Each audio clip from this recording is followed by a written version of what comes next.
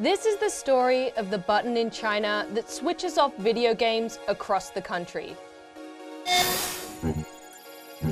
China is one of the world's biggest video game markets. Almost half of the country's 1.4 billion citizens are said to play. That's almost 30 times the entire population of Australia.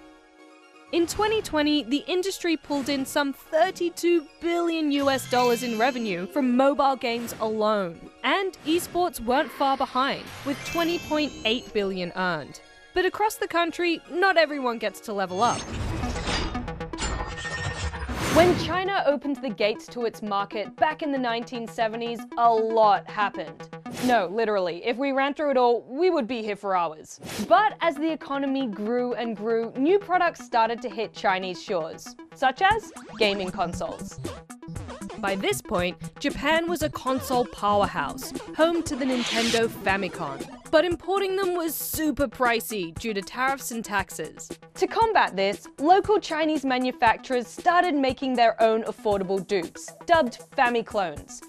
Because what's a good dupe without a great pun? There were a few different types, but the Xia Ba Wang, or Little Tyrant, was one of the most popular. Sold as an educational typing machine, it also unlocked the door for many kids to play a ton of games. It even had Jackie Chan in the ads.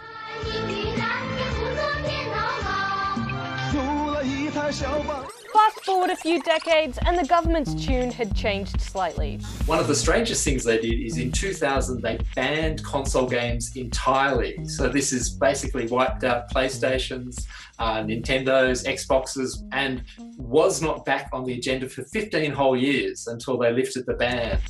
But this didn't stop young people in China from gaming. It just moved them on to something else.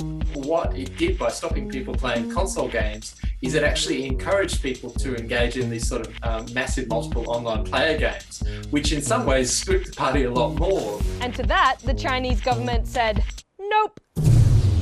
Oh, wait, that was the wrong chord.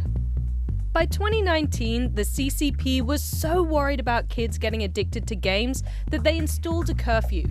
Using what I can only imagine is just a big old switch on someone's desk that says no more fun on it, the curfew cuts off video games for people under 18 between 10 PM and 8 AM every day.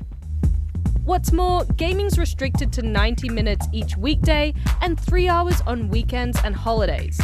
Ludicrous. I can't believe it. It's absolutely... Actually, it's super reasonable when you think about it. In fact, it's pretty much a parent's dream.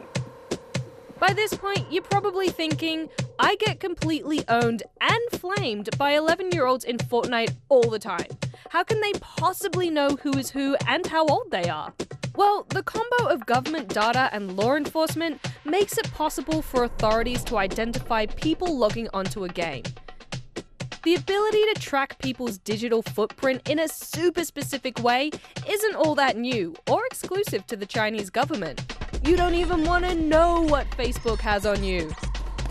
But as with anything, fences were made to be climbed. Kids and gamers are nothing if not resourceful, so kid gamers are doubly resourceful.